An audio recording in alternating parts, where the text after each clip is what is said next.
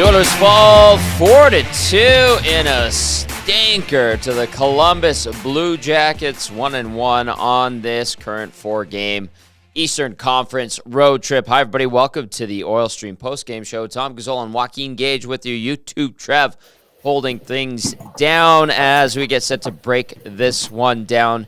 Edmonton not performing well, and we will get into the nitty-gritty of it. You can text us 780-218-9999 if you're listening on iHeartRadio, if you're listening on TuneIn, if you're listening on our audio stream on EdmontonSportsTalk.com. And, of course, if you're watching on our YouTube channel, let us know your thoughts in the nasty chat. 4-2, the result. Let's find out how we got to this result, because I'll tell you what, it was a sloppy first period. Matthew Olivier, the tough guy, his third goal of the year, soft defensive coverage. Sean Corelli and Justin Danforth, the assists at 6:20, would start the party. Alexander Nylander, who's having a good run with the Jackets, had a hat trick against the Golden Knights a couple of nights ago. He gets his fifth from Cole Sillinger. Yes, another breakdown in the defensive zone, 2-0 Jackets at that point. 14:54, time of the goal. And then, just to cap things off at 15:21, Dmitry Voronkov, his 17th unassisted. You can give Fogle the assist on that one, and he makes it 3-zip. It gets right through Pickard in the arm, and I thought Pickard could have had it, but it was just an absolutely terrible play by Fogle. And then on the Nylander one, it was a soft play by Cody Ceci trying to reverse it. That also led to the goal again. So really sloppy, poor play in their own zone. They're down 3-zip. They try to claw back. Zach Hyman early in the second period, his 43rd of the year, on a really clever play by Connor McDavid, who picks up his 77th assist and 100 point. Leon Draisaitl, his 49th assist of the year. 3-1 Jackets at that point. Edmonton would get the 3-2 goal on the power play. Power play 2 converts. That's nice to see. Corey Perry, his 9th from Evander Kane and Darnell Nurse to cut the lead in half at 12:08. But that is as close as Edmonton would get. Jack Roslovic into the empty net from Texier and Goodbranson would seal the deal in a disappointing effort. I think that's pretty much the theme for me. I do want to hear what people have to say about what they saw tonight. Shots on goal, 34-30 in favor of the Jackets. Face-off percentage, 54.7% to 45.3 in favor of the Oilers. The power play goes 1 for 3. The PK goes 1 for 1. They did have a 5-on-3. Couldn't convert on the 5-on-3, and then power play 2 comes out and gets the goal to cut the lead in half. Hits, 16-13 in favor of the Jackets. Block shots, 16 for Edmonton, 11 for Columbus. Giveaways, rink to rink, off-ice crew to off-ice crew. 4 giveaways for Edmonton. Man, they had 4 in one shift in the first period to just 1 for Columbus, officially. I can see Gager reacting right now. Takeaways, 9-2 in favor of the Jackets. I get it, subjective, but at the end of the day, it's not a good effort. I just think the Oilers played bad.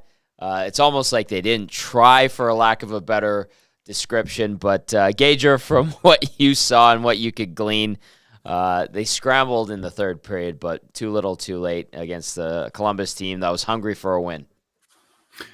Yeah, Tommy, I thought that if I look at maybe the first 4 or 5 minutes, I thought the Oilers were the better team. Like, they looked like they had their legs. There was a little bit of jump. The Jackets goalie, I can't pronounce his name. He was he was great, man. Yeah, Tassarov, he made what, like Tarasov, I think it was like Taras. He made 3 really good saves, right? That's and I think the fact that, it was one of those momentum things, and a goalie makes a good save, they go back down and score. I think that that took the wind out of the Oilers' sails a little bit, and it looked like the old Oilers where things were going well. A mistake cost them, and they went into chase mode right away. Instead of just sticking to the game management plan. Look, this is where that you would have liked to have seen more of that that mentality of staying the course, and just building throughout the game instead of trying to essentially do too much. And we saw with these subtle little 60 to 75% effort plays that caused giveaways. And all of a sudden you're down 3-0. Great fight. You'd hope that would give them a little bit of life, but not much from them. I spoke about it earlier too, Tommy, that the whole 2 weeks leading up to the trade deadline, it's emotional. I equate it to playing up again. Like, maybe you play against the Golden Knights, you beat them 2-1 in overtime. The next night you're playing the Columbus Blue Jackets. There's a little bit of a lull. And I think that's what we saw tonight. It was the exhale of the stress of the trade deadline. And just, okay, we don't have to worry about that anymore. Everyone relaxes, but just not good enough. No.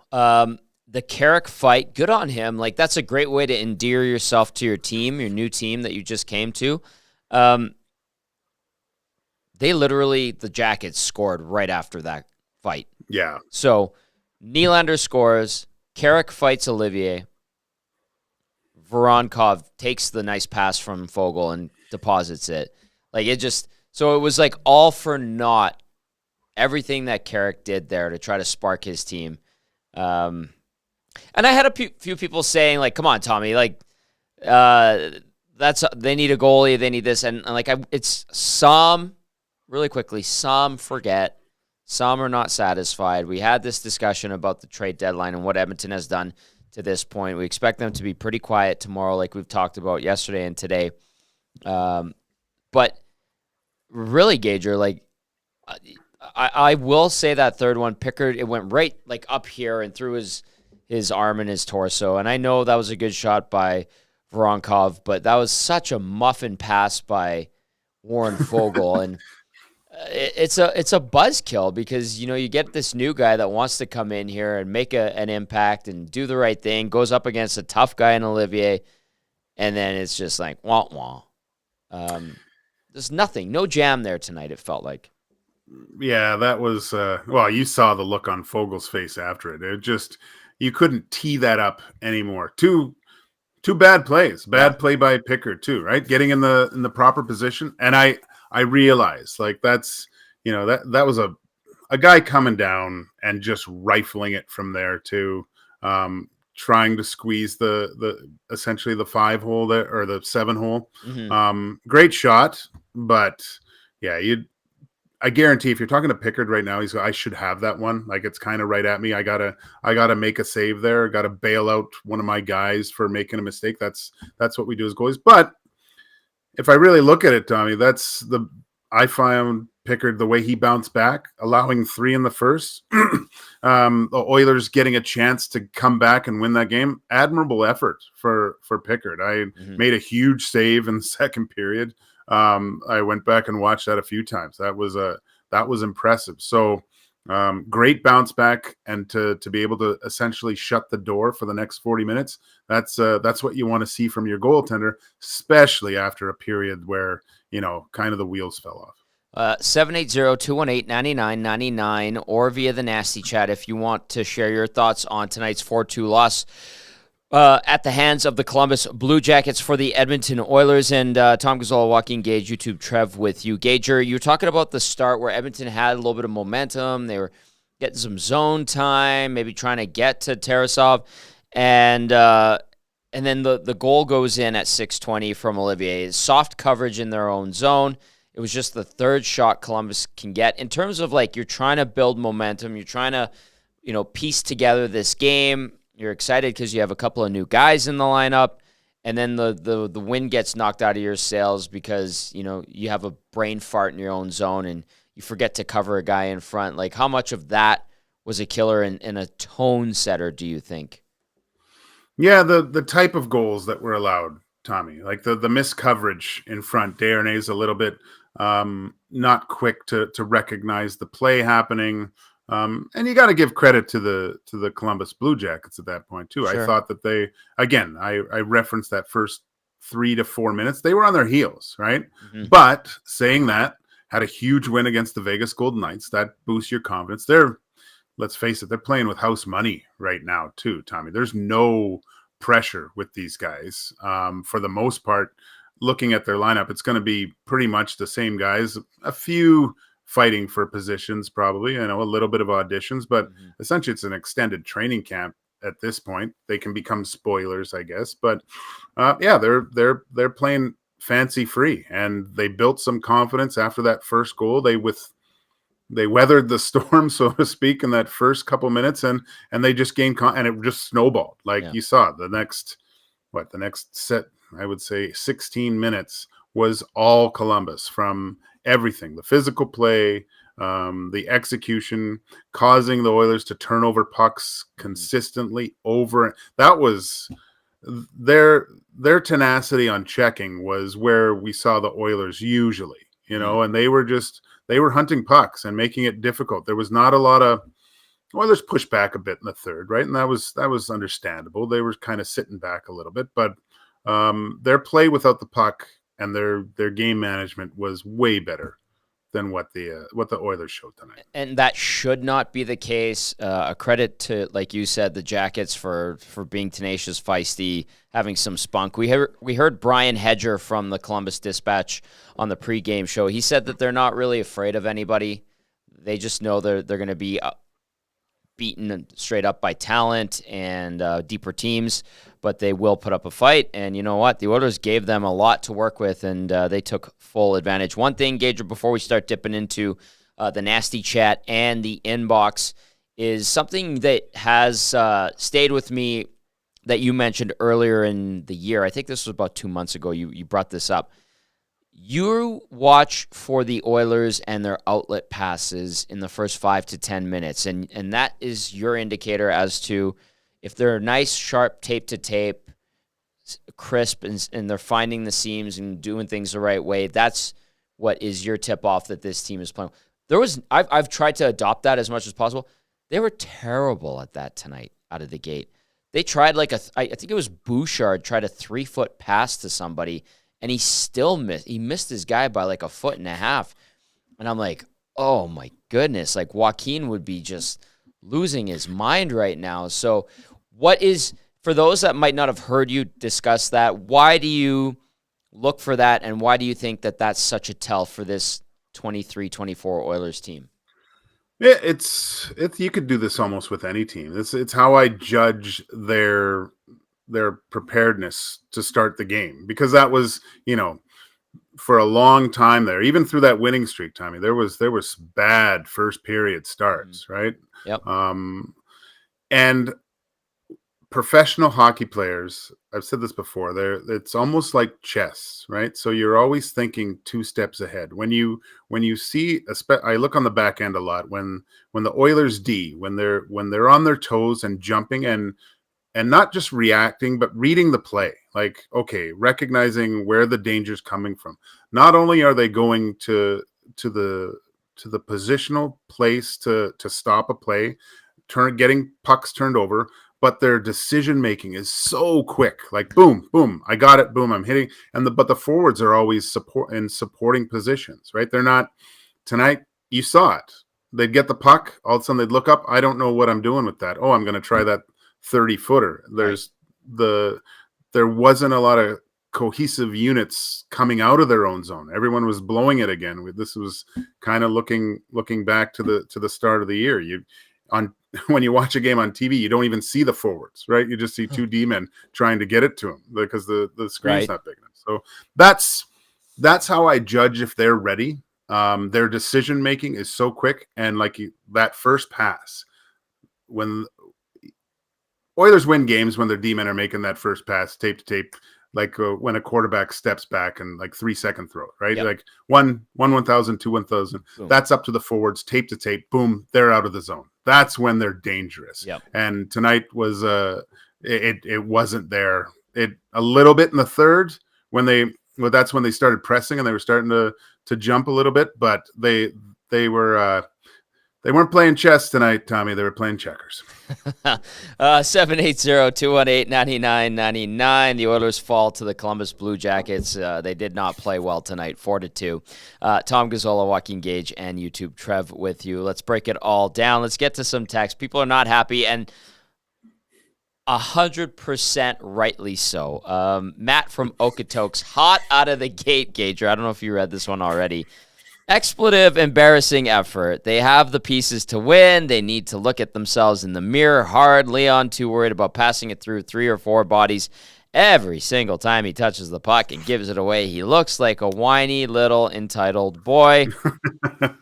Matt from Okotoks goes on to say, softest German I've seen. Holland did good today. Look yourselves in the mirror. Wake up. Stop being so bipolar. Gager, anything on that one? That one was entertaining to read. I'm not going to lie to you. Oh, you should have. What I should have done is recorded I watched the third with our good friend the Latino Heat. Oh, yeah. So nice. we chatted throughout the whole third. I had to help him with his F1 fantasy team. Really, I was basically it was a 30-minute pit stop for Hernan. But yeah, there was a lot of complaining. I'll say that until he kind of started laughing, and then I started laughing. I go, "What are we doing?" But yeah, it was good. It was good to hear Hernan with it was just like the old days with the Latino Heat complaining. I was dying laughing. It was great. The passion never leaves, that's for sure. Coach Mike says, "What the hell was that? Puck was a grenade game. Woof." Coach Mike, nailed it, buddy. Nailed it. Mike in Thunder Bay says, another pathetic start, another loss. Sigh. Will this team ever learn? You have to play a full 60, even against the weak teams. Mike in Thunder Bay. They did just have a 5-game winning streak snap, by the way. Yeah. We have to keep that in mind. But yes, fair to point out that was an awful start, and they didn't really clean it up, to be honest. Jay in the Park says, whole team aside from Pickard was brutal tonight. Classic Oilers playing a lesser team, but you can't still look at moves the other Western Conference teams have made and go, we're going to do damage with this defense core. I really wish Knoblauch had a shorter leash for power play 1 when they have nights like this. Have a good night. Jay in the Park, you have a good night too. He didn't take on the 5-on-3, he didn't take the timeout. Did you think that the reason maybe why he didn't was, okay, get one quick, then I'll take a timeout, then I'll put power play 1 back out there. Boom, boom, we're in the game. Do you think that's what he was thinking there strategy-wise? I think so. They looked a little bit better at the start. Oh, I was thinking the same thing. I thought maybe PP2 might get out there after that, but I mean they did score. Yeah. Right. The thing that was, I don't know if I'm seeing things out there, but Connor, the final shot he took, good save, but he had Kane off to the side, and you saw the look to the sky from Kane there. It wasn't. I don't think that was a look that you give when your teammate didn't score. It was a look you give when you didn't get the puck. And that's what he wanted it there, and it wasn't nothing major. It just worries me a little bit, Tommy, with that kind of stuff. But comes back next shift, gets it on close to the net. Perry makes an unbelievable tip. So yeah. all's good in that respect. But yeah, just something I saw that gave me pause. No, understandable. We make a note of it, we park it, and we leave it there. We don't blow it up and turn it into a thing, right? Yeah. That's what you're saying. All right, 780-218-9999. The Oilers lose 4-2 to Columbus in a stinker.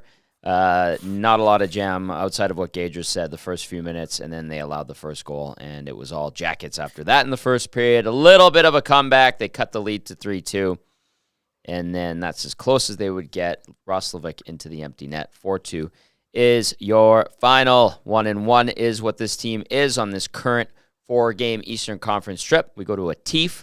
What's up, Wheels? Atif just got back from Nashville, Gager, where his sledge hockey team went 3-0, and I wonder how he did at the bars, though.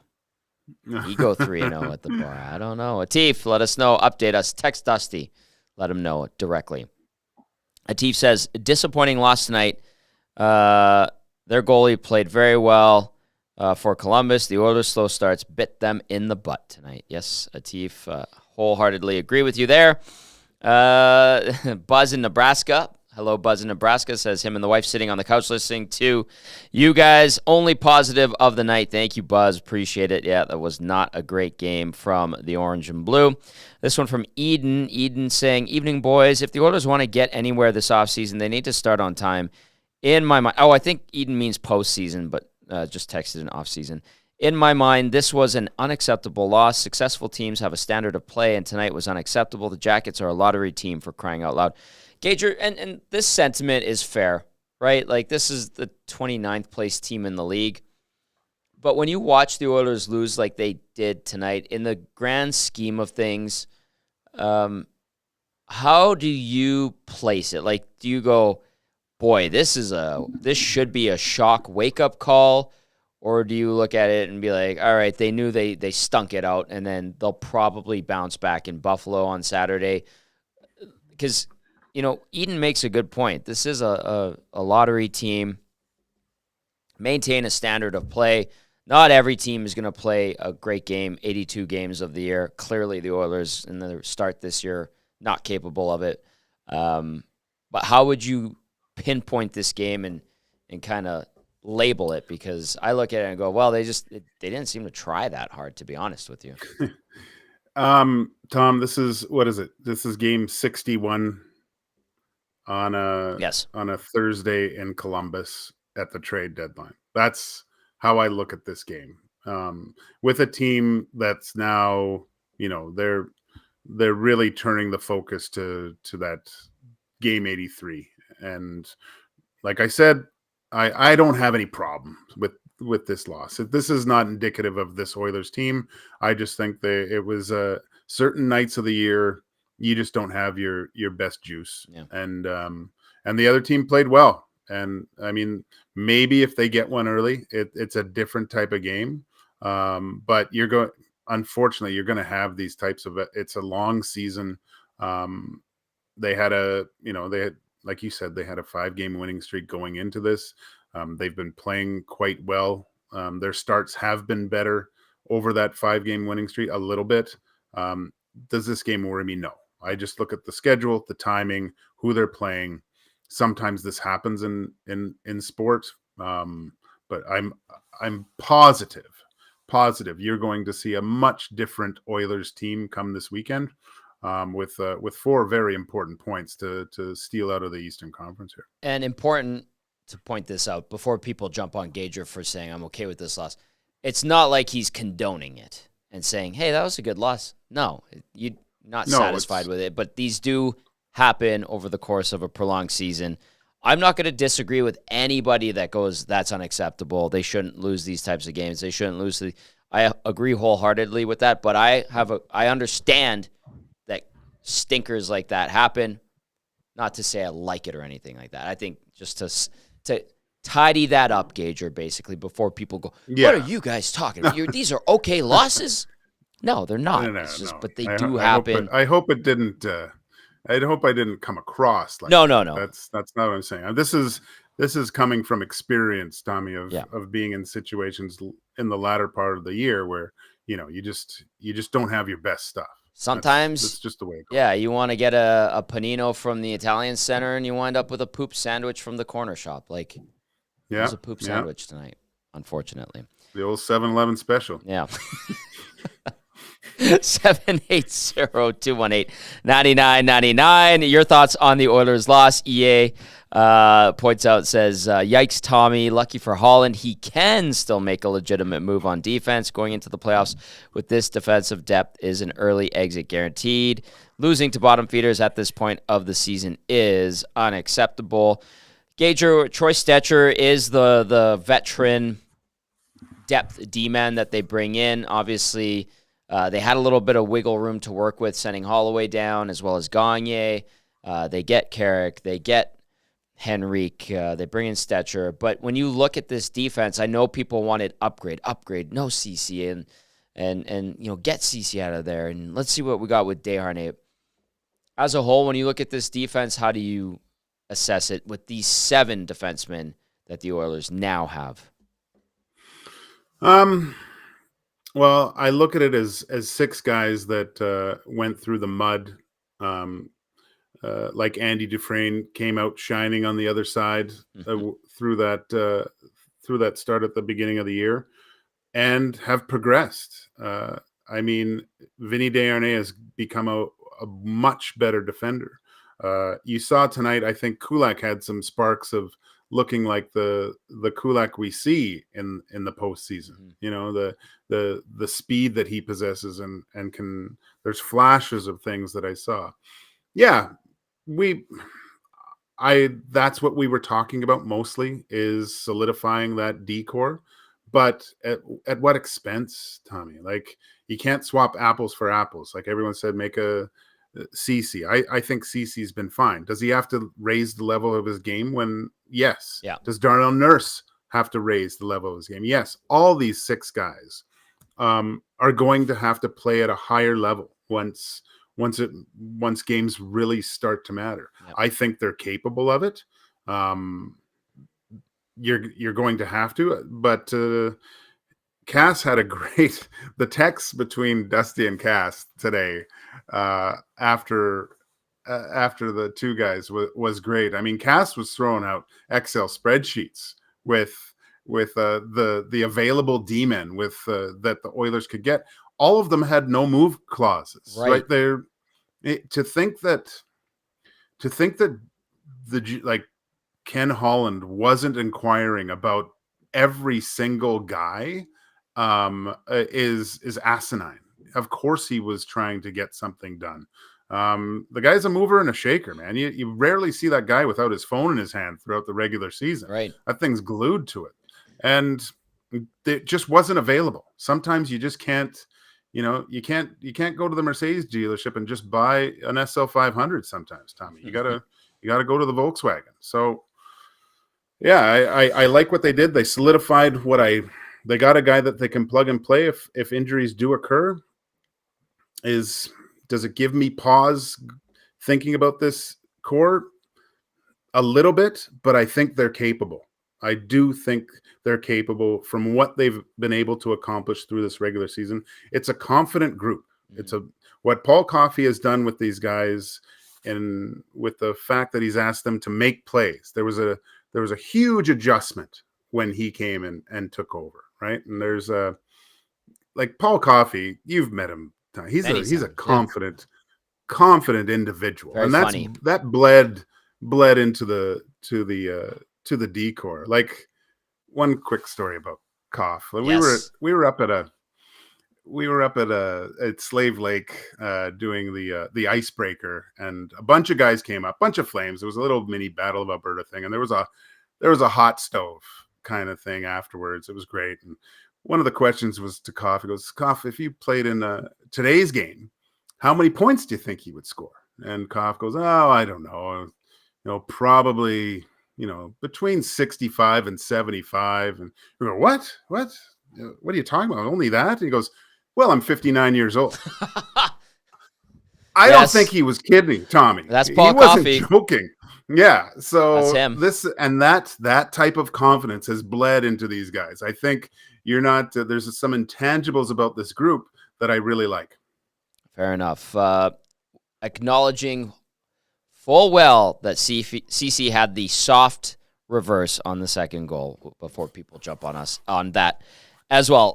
Brandon from Windsor said, higher hopes for this game. Sad. Mix in a water, Tommy. Absolutely. I will, Brandon from Windsor. Tay says, we need to get rid of Bouchard or make him a winger because no idea how to play defense. I've never seen a guy play a position that is so foreign to him. Enough is enough. Take away his power play minutes. I am just fuming. Tay, that was serenity now, Tay. You're going to be okay. He did not have a particularly good night among others, and when he wants to, he can play good defense, but the key is when he wants to. And Norman at Combine was frustrated with Bouchard the other night too. So Tay, you're not alone. I understand. There's high risk. There's high reward with Evan Bouchard. This one out of Calgary says, I stopped watching at 3-zip. How did Henrique and Carrick look the rest of the game? Gage are two new guys in the fold. Carrick gets the fight to try to spark the team with Olivier. It doesn't work. Unfortunately, the Jackets score on the next shift. And then I noticed it seemed like Henrique wasn't getting a ton of ice time in the third period, and Chris Knoblauch was going to Old Faithful and the guys that he usually relies on to get equalizers and get this team back into games when they're down. A day like this for new guys coming to a new team, what can you say? And from what you did manage to catch from those guys when they were on the ice, what can you say about Henrique and Carrick tonight? Brave Carrick, that's a big dude to take on, to do that. That's a gamer. Yeah. Loved it, having another guy to maybe pull some guys into the fight a little bit more. That's awesome to have that element on your team. Henrique, there was subtle little things that he did that were okay. That's a good player there. It didn't work out perfectly for him. This is kind of why I talked about on two guys today. I thought maybe having him play on the third line to start and ease in a little bit more might have been advantageous, and then just going with splitting up the big two and going with what maybe, and then if depending how things will work through the game. It didn't work tonight, obviously, but possibly a guy trying to do a little bit too much. You always you got a new coach, you got new teammates, new everything's brand new equipment. You're trying to make you only get one chance to make a first impression, and you're trying to do your best you can. He's going to be a lot better. Yeah. I don't think it'll take him too long to get acclimated to the systems, to how they play, his new teammates. Like, look, it's you're very rarely do guys just fit in. And I mean, thinking back, the only person I thought that really, really stuck out with a trade immediately was Ekholm. And that's across the league, where it was just putting on my slippers, just perfect fit every single time. Ekholm did that. But it takes other guys a little bit more time. Gager, Edmonton falls, unfortunately, to 33-9-1 in its last 43 games. We'll see if they can bounce back. If you're the Oilers, and you kind of teed it up a little bit before, you're going into this back-to-back early starts. We're talking about a 12:30 and a 1 o'clock start Eastern, 10:30, 11 starts our time, Saturday, Sunday in Buffalo and Pittsburgh. Chris Knoblauch and the coaching staff, these players, I'm sure fully recognize the lack of jump tonight. What do you think the preparation is going to be like tomorrow? More feeling out, seeing what reevaluating this game, trying to take some positives out of it, although there weren't many. But really, Tommy, you got to look at the standings now. Now the motivation is that home ice advantage, and where's our positioning going to be? Of course they're going to say the day-to-day things and worry about yourself and everything, but you can't not kind of look at where you're situated right now, and realizing what you can accomplish with the remaining games that you have left. So Columbus, they did the Oilers a favor the other night, and they took it away from them tonight, which is unfortunate with the Golden Knights. But good teams keep the teams below, keep them behind you. Yep. I think the focus would be trying to become first in the Pacific there. I think they can do it, but it's not going to be easy, because like tonight, you're going to get every team's best game, no matter where their positioning is in the standings. They blew it tonight, but they'll look to bounce back Saturday against Buffalo. Gager, thank you. You were great all day long. Thanks for filling in for Cass tonight. Get some rest and have a brewski or two, and we'll catch up with you tomorrow, trade deadline. Can't wait. I believe you. Joaquin Gage, our game analyst. Look how quickly he got out of there.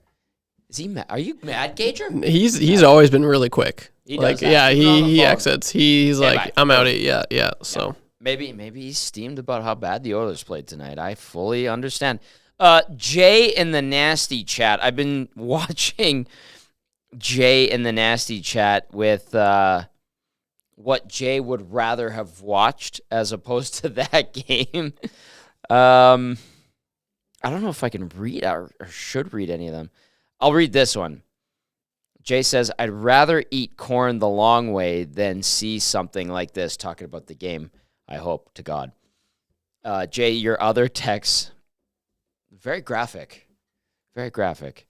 Penner's Pancake says, Bouchard's lack of shooting is bothersome at times where you want to throw a jar of pickled beans at the TV. Do not throw that jar of pickled beans, Penner's Pancakes, at your TV. Very expensive. Very, very expensive. This one from Davo says, move Carrick and Henrique tomorrow morning. One game was plenty. I've seen enough. LOL. Davo, relax. I know you're trying to relieve the tension with some humor, and I appreciate that. What else? There was one I wanted to get to in the nasty chat really quickly. James with this one said, they looked like players that somewhat knew what to do when their team poops the bed, given they're coming from the Ducks in regard to the new guys. So I kind of laughed at that one. James, thanks for the nasty chat. Keep it coming. 780-218-9999. We'll dip back in there. Let's get YouTube Trev in here. You weren't very impressed all night long with this Oilers performance. Frustrating for an Oilers fan base wanting a win in a building that has been tough. And Edmonton's going on 5 years since they last won in Columbus. They've only been there a couple of times, but yeah, it wasn't there, was it, pal? Yeah, no, I mean, it's been a team that they've struggled with. It's just one of those things. I don't know, for whatever reason, there seems to be those, the Calgary Flames for the longest time. It was like almost a 20-year drought. They went winless in Anaheim, Pacific Division rival. So just one of those things. And they came out. It was a lackadaisical approach. It was sloppy. The stats, the giveaways. I mean, come on. No, that's like. And I just listen. Who put that together? Like, do you know? Off-ice officials. So are they watching? Every city has off-ice officials. Like the ones here, they're all really great. They're actually a lot of them have been doing it for a long time. A lot of them work in junior hockey, minor hockey, studious, and just students of the game, I would say. And they break it down. They do a great job. But it's so different city to city. And, and Columbus is a good hockey city. We talked about it with Brian Hedger before. But, and I've been to pretty much every building in the league. Seattle's the only one I haven't been to, and the new one in Long Island, on Long Island. But they have the same off-ice officials. And you go to some rinks around the league, and you're like, oh, okay, you're the stats keeper. Interesting. Yeah, it was weird. Yeah, I don't know what was going on about that, Tommy. But and you shouldn't judge a book by its cover. But you see some of them, and you see the guys here in the press box, and you're like, they're legit. They know the game. Yeah. Calgary, same thing. Vancouver, same. Toronto, obviously. For sure. Montreal, obviously. Boston, Buffalo, Detroit. They go to Columbus. How did you get that? What's going on here? Wait a sec. It's like the guy at the end of the game with by the cannon. He could be pulling those stats.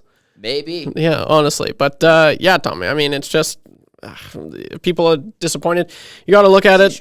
It's fair, but this Columbus team did just beat the Vegas Golden Knights 6-3, which is another really, really good team. Are their fans freaking out? Nope. You move on. You put it in the rearview mirror and you move on, Tommy. You have to start prepping with that mindset come playoffs, right? They talk about it in the playoffs. Do you lose a game? Do you dwell on that? No, you can't. You can't dwell on it. You look at their record right now. You just said it's super impressive. They're fine. They lose one game. Sky's not falling. You're okay. Don't. Is 33-9-1 in the last 43 okay? Yeah, that's I know. excellent. I'm trying to needle people, but yeah. So there's that. I will say someone you had mentioned at the power play.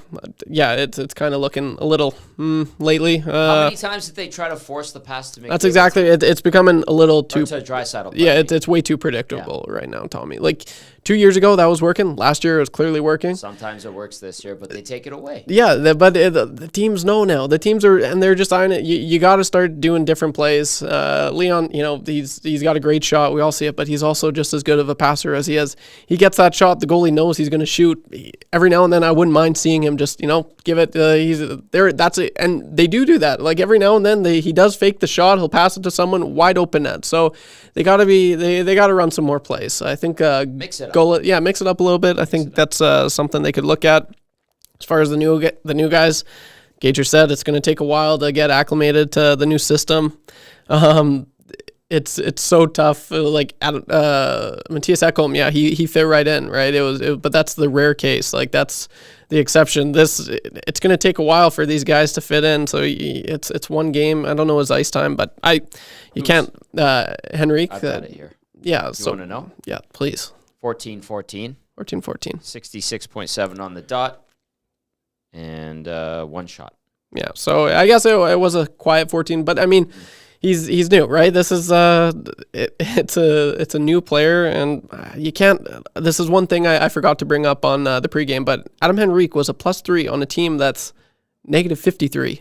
That tells you something, Tommy. That really does. You know, I was gonna suggest this to Gager, but I wanted to go somewhere else with some things and some thoughts. But with Henrique, like he can skate, he's good, he's mobile and stuff.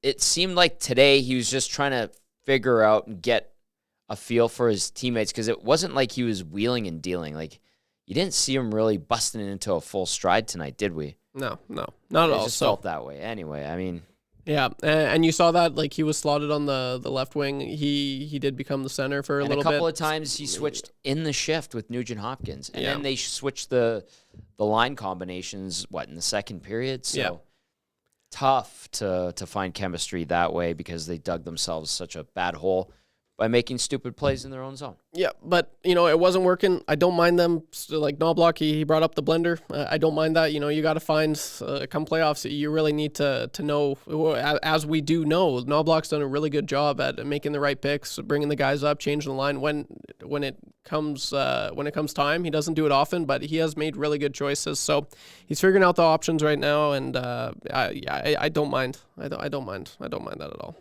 Probably not happy about what he saw tonight from his team. No. And understandably so. Are we going to go inside the locker room? We ready to do that? Absolutely, we are. Let's hear from. He made his debut tonight. Adam Henrique. Here he is. Worry and fuss over what line everyone's going to be on. It lasts like 20 minutes.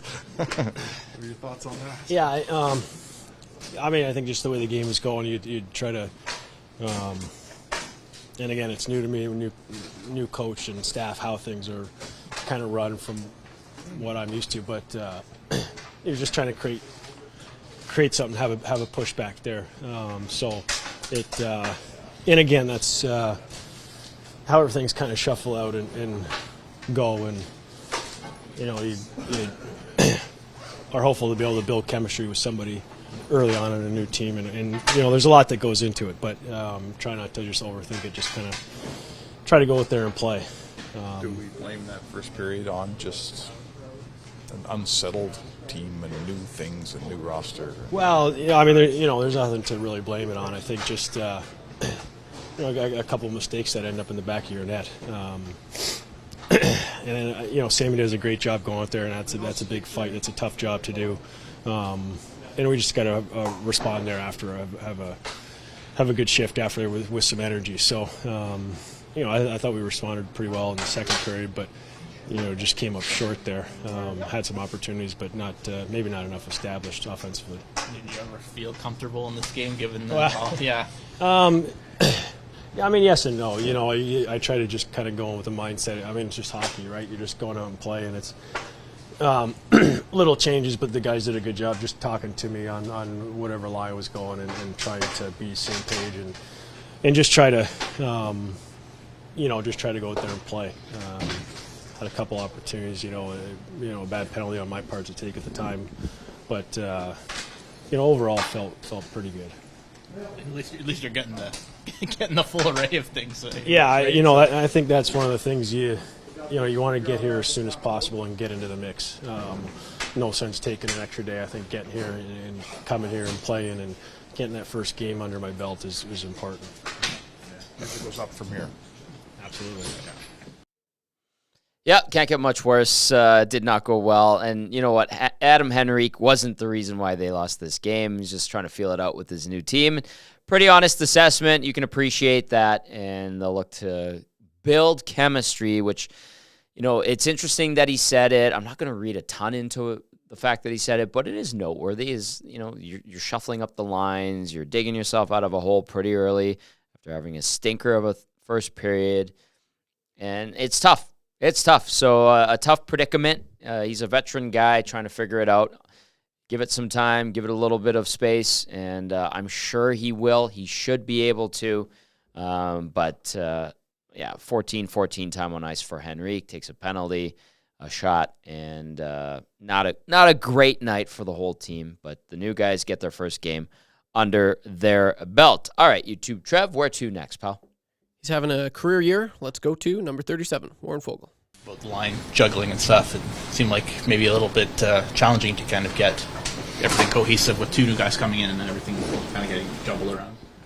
We just didn't have a good first. We weren't executing on plays, and we were just a little bit slower than them, and playing catch up, and that's kind of why things start juggling. But the onus is on me there. I turn over the puck after Sammy comes in here, new guy, character guy, has a massive fight to get us some energy, and unfortunately I went out there and turned over the puck, and I know I can't do that, and we move forward from here. I felt like the balloon kind of got popped a little bit there in that way when that goal goes in after like you're saying the fight and everything. Yeah. For sure, we're down 2, and he's just trying to bring some energy, and it was a hell of a fight by him, and shows kind of the character that he has, and for myself, just probably live the fight another day and maybe just chip it out, and keep it simple. So I take full responsibility for that, and we move on from here. The guys, it's one thing being the new guys that come and everybody's fresh and new in the system and all that, but even the guys that are here, like you, who sit here in the trade deadline and hear their name and rumors and stuff, is it just a stressful week and a tough time to, be a hockey player? Yeah, it's just part of the job, though, right? I think anyone would want to be in our position to play the game that we love, and that comes with the pros and cons of this week, I guess. But at the end of the day, we got to show up for 60 minutes, and as a group, we didn't do that, and can't turn over pucks. You've had, as a team, some weird games in this building, like since you've been on the team. Any reason? What do you attribute to that? No, I don't really have an answer. Just not playing a full 60 would probably be the answer. I do remember last year we came in here and felt like the same, and then we have a good pushback, and but we know better that if we're going to be successful in the playoffs, it's not playing catch-up hockey, and that starts with being clean and executing plays and playing responsible. All right, there's Warren Foegele. He had an atrocious giveaway that led to the third goal, and it did squeeze through Calvin Pickard between his arm, like right in the armpit. I know he, like Gager said earlier in the show, probably would say he needs to have that one. Good shot, but still, the play that Foegele made on the half wall was bad. The Oilers were bad in the neutral zone. Their turnovers were terrible at the blue lines, especially at the offensive zone blue line. Like anytime they went into the offensive zone with a head of steam, it seemed like, at least in the first period, they were turning it over and they're chasing back the other way. And then Foegele has a stinker in his own zone with a soft outlet pass, leads to the third goal. Ceci tries the reverse, leads to a turnover. That directly leads to the second goal, and then just busted coverage on that first one. Fourth line up against fourth line, and that kind of sealed the fate of the Oilers, although they were able to make it somewhat closer. Foegele, to his credit, owning it, and feel shame for a day, and then come back and bounce back strong is what Oiler fans would probably say to him, and get a win in Buffalo. I feel the majority would. Some would drop some expletives in there, understandably, but for the most part, I think that would be the overwhelming sentiment towards Warren Foegele and his gaffe, like Trev said, having a career year. All right, Trev, one more bit of audio and video to get to. Where are we going here? Last but not least, the Oilers head coach, Chris Knoblauch. This is over who's going to play on what line and what position, and 20 minutes later you got him in the blender. Your thoughts on that? It didn't work out very well. I don't think we're ready to play. Our puck management, not maybe our decision making, just our execution. Breaking the puck out, and then also on the line entries against, we were just giving it away so much, and I don't think there was as many poor intentions. It was just execution that didn't happen. Obviously your plan A was to start with the lines you had. Those lines you went to in the second period, was that a plan you were going to try down the road anyhow and just thought, why not tonight? Well, a couple things. We wanted what we started with. That's where the goal was, that was going to work out.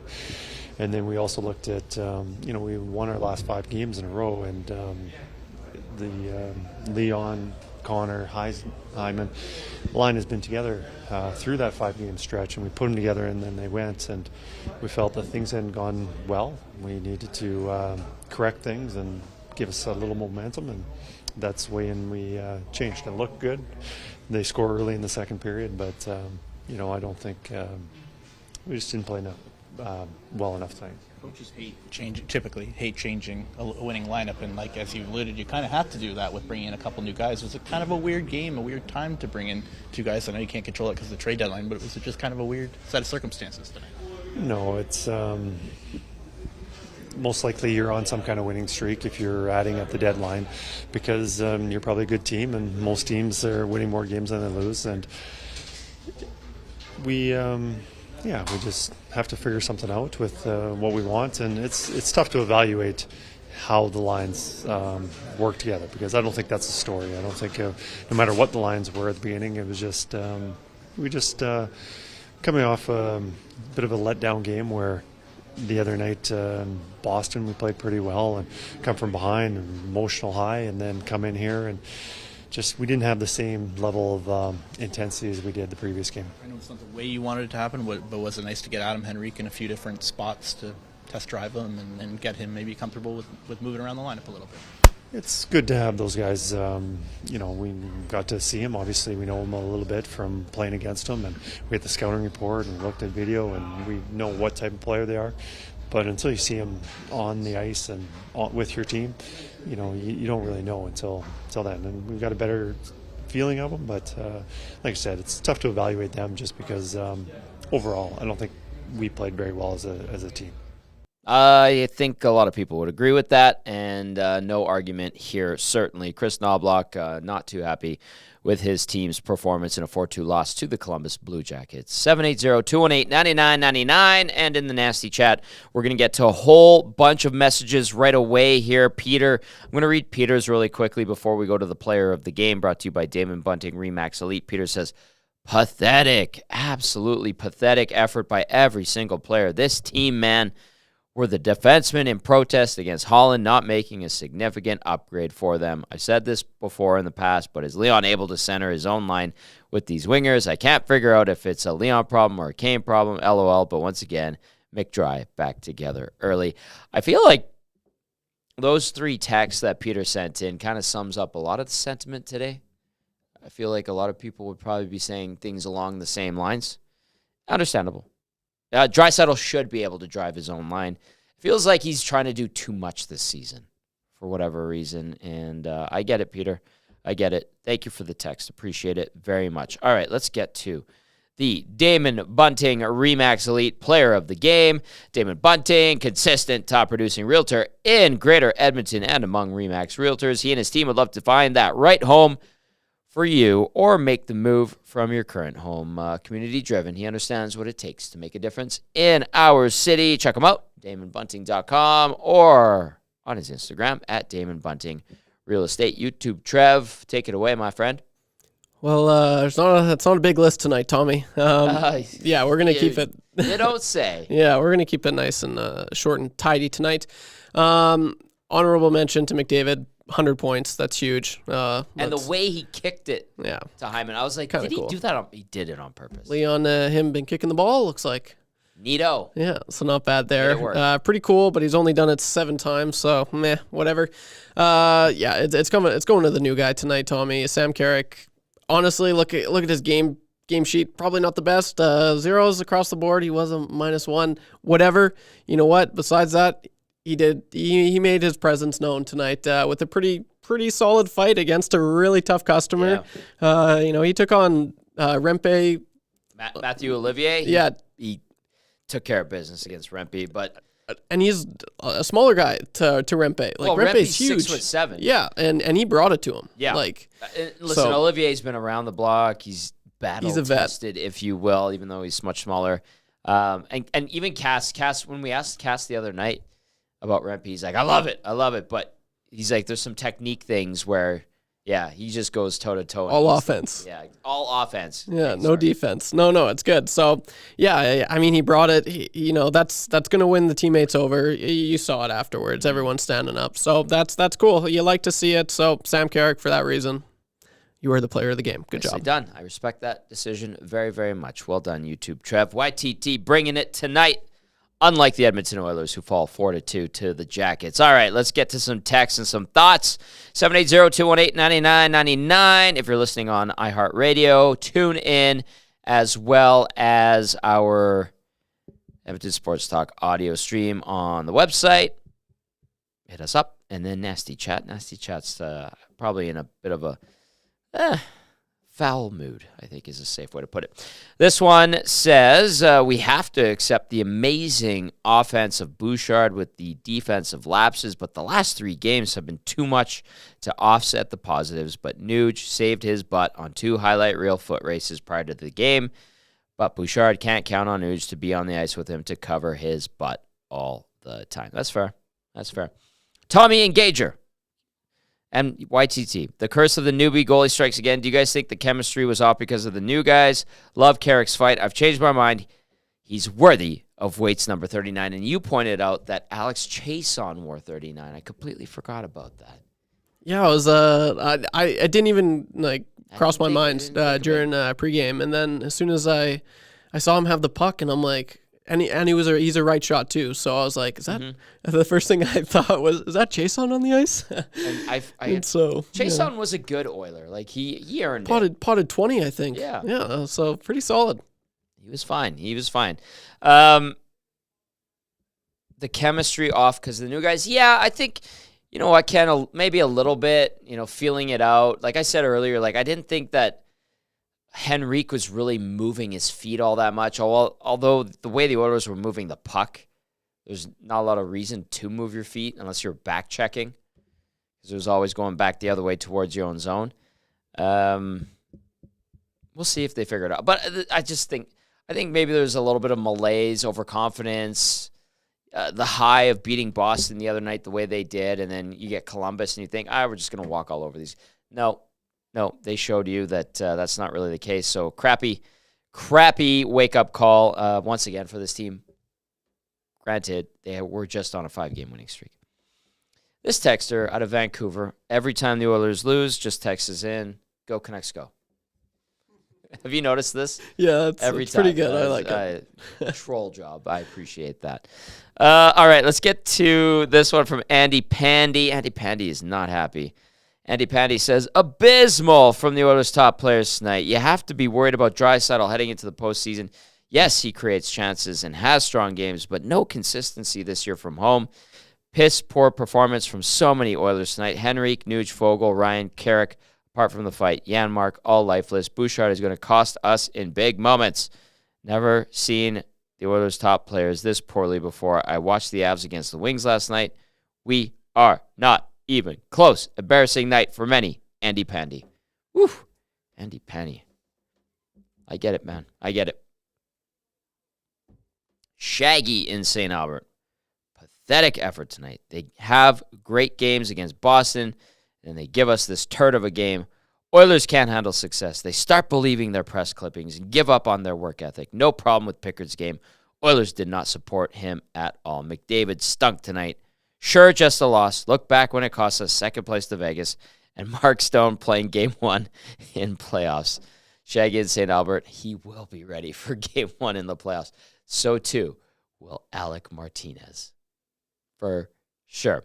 All right, I'm going to get to this one from Kale. Just watch the nasty chat. See if you see anything in there. Do you see anything off the hop?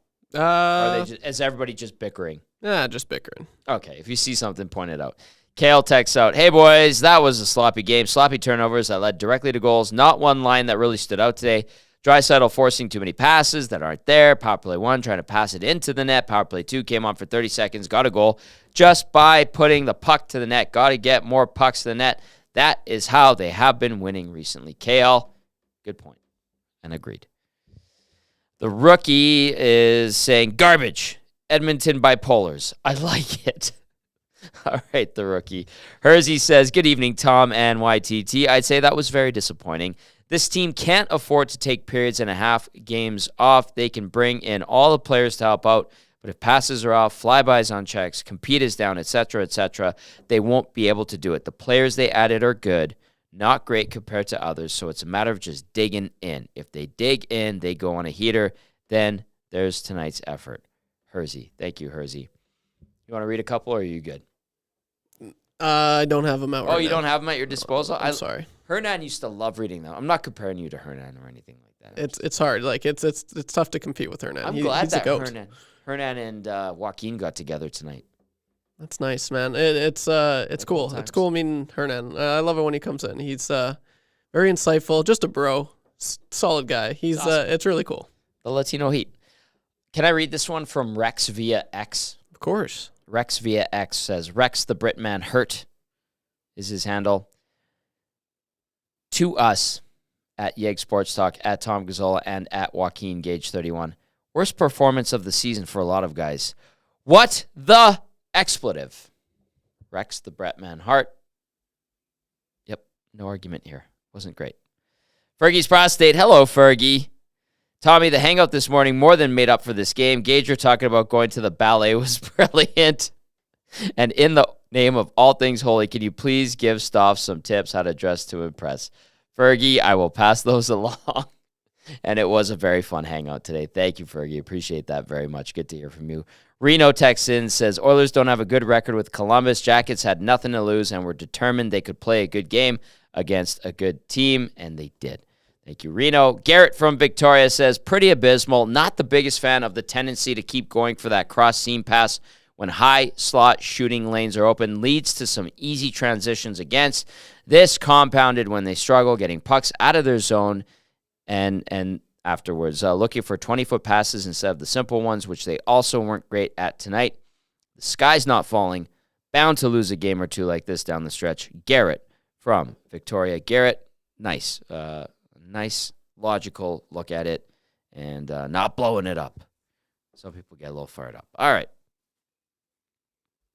We have like 3 or 4 more. We're going to get to these ones. Yeah, I'm all for it. We're going to get to these ones. Absolutely. It was a stinker of a 4-2 loss for the Oilers. No denying that. This one says, evening, gents. G with this one.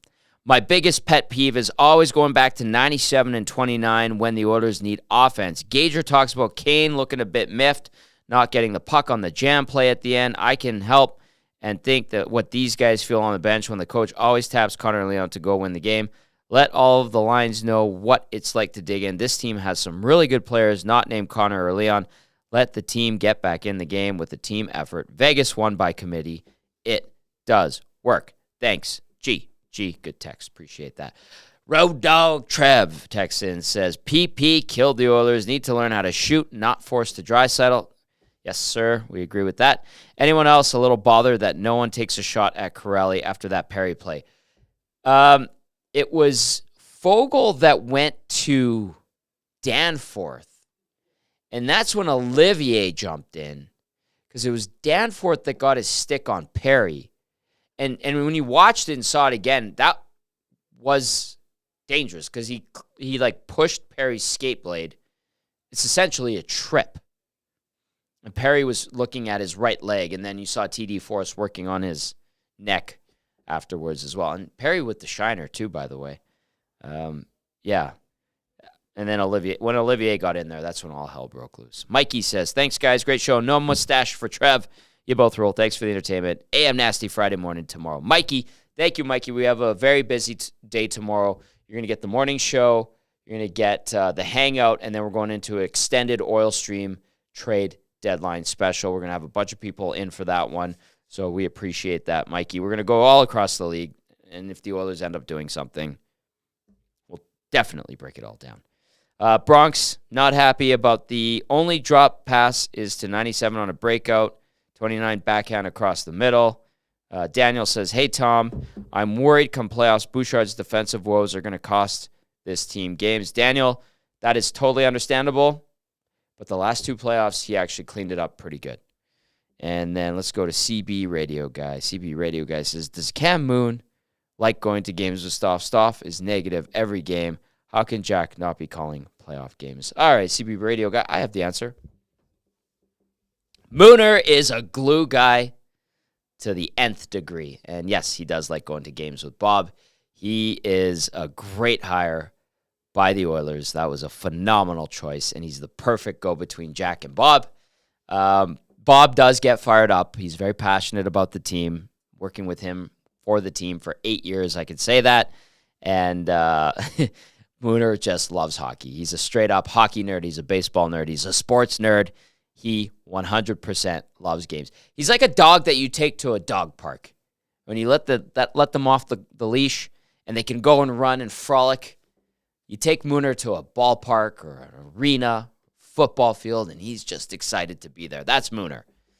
Regardless of Bob is in a bad mood because the team's not playing well. And then Jack not calling playoff games. I explained it at 1260. I'll explain it here. Jack is the Oilers regional guy. Is he good enough? Should he be doing playoff games? Yes. But they have national guys, and the Oilers generally get the one or two top national guys for them in the playoffs, and that's either Harner Ryan or CC. And by CC, I mean Chris Cuthbert, of course. That's how it works. I get it, though.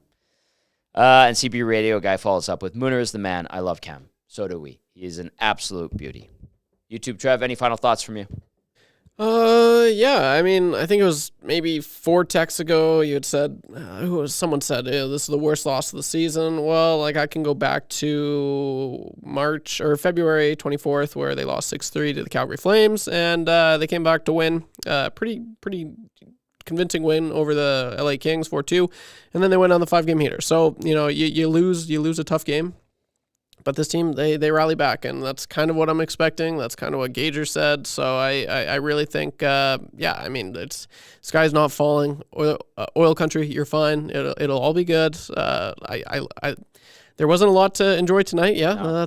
That's totally true in saying that. But I mean, this team, they'll rally back. They have the players, the confidence. You look at the numbers. I mean, it's so okay. They're going to be fine. They're going to play a pretty Buffalo Sabres team, and I expect them to show. I really do. They're going to be good. So if you're worried, just don't be worried. It'll all be okay. Clean it up. In my opinion. But in saying that, don't be too fancy. Yeah. And, make a pass. Yeah. The Oilers, a disappointing 4-2 loss tonight to the Columbus Blue Jackets. Adam Henrique and Sam Carrick making their debuts. That's going to wrap things up for the Oil Stream post-game show. Troy Stecher traded to the Oilers today in exchange for, a 4th-rounder. And that one in 2027. So we'll see if Stecher makes his Oilers debut Saturday morning. Big thank you to everyone who watched and listened tonight. We appreciate that so very, very much. You know that the boys are back at 6 a.m. tomorrow. They'll be going hard on trade deadline day. Lieutenant Eric has been an insider these last couple of days. I don't know how he doesn't have 100,000 followers. I don't know how he doesn't have 1 million followers. That's how good he's been. But everybody's back tomorrow at 6 a.m. and then extended trade deadline day coverage. Oilers not likely to do anything. If they do, we'll break it all down. That's going to do it for the Oil Stream postgame show. For YouTube Trev and Joaquin Gage, I'm Tom Gazzola saying thank you once again. Have yourselves a great night. We'll talk to you in the morning. Ciao for now.